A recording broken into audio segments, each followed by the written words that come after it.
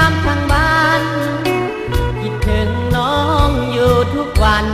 พ่อแม่ทางบ้านเฝ้าห่วงคอยหาได้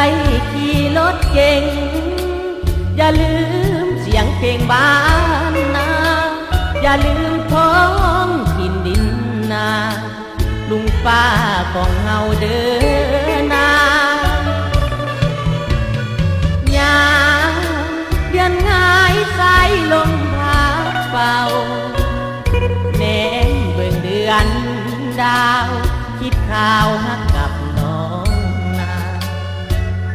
อายคนบุญน้อยคงคอยแต่ความคิดหวัง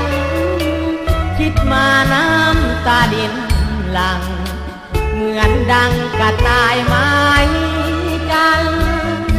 เดี๋ยวนี้น้องสาวกลายเป็นดาวคือเสียงดังก้อ